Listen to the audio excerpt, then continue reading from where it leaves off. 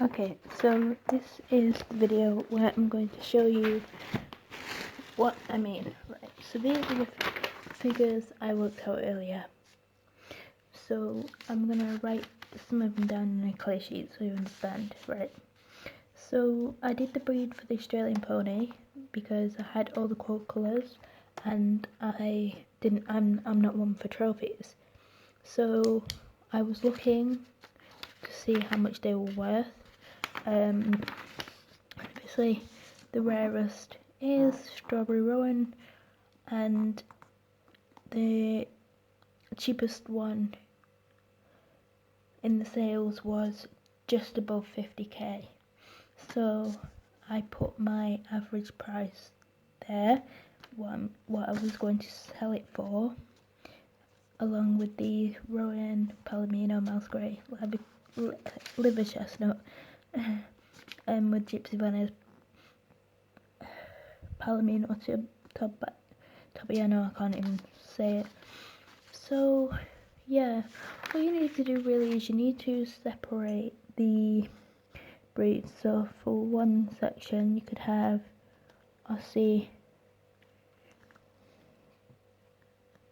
pony, and then you put down the coat colour, so straw Rowan. I often shorten the words.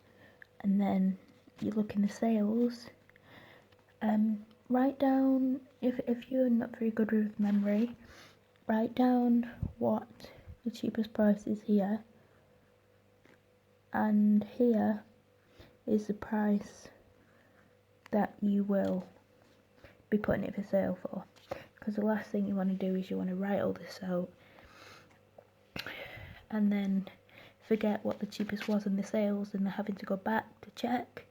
So it's always handy to have the minimum, the cheapest in the sales there, and the price you want to sell for there, because it's a good way of remembering so you don't keep having to go back and forth.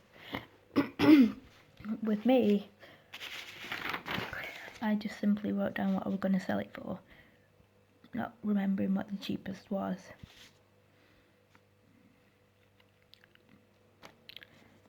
But I should have wrote down what the cheapest was. It probably would have made my job a little bit easier, but apart from that, yeah, it's a pretty good way, and it can make you a killing as well, because you could have this old coat in your breeding farm and you're like, what do I do with it?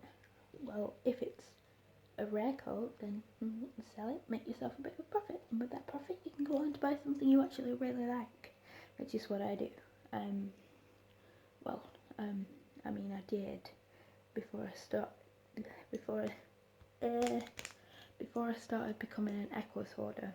I used to be a really big GA hoarder, and I would always leave myself absolutely broke, so I couldn't buy anything else, until eventually I said to myself one day, Crash, you don't need all these horses. You've had these for years, and your tastes have changed, which they had, because I wasn't, like, 95% of the attachment to those horses that I sold was gone.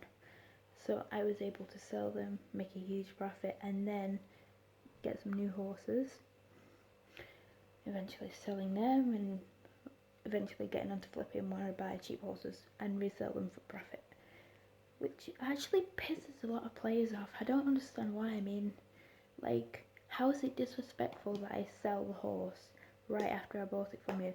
If I see profit, I will sell it, and I really do not want your opinions on me doing this, because this is how I make my living on horse. It's how I make my money. Well, I make saddles in the workshops, but it's how I make money, it's how I make profit, and if you're gonna keep giving me money, then I'm gonna keep doing it, and I don't really give a flying up what anyone thinks.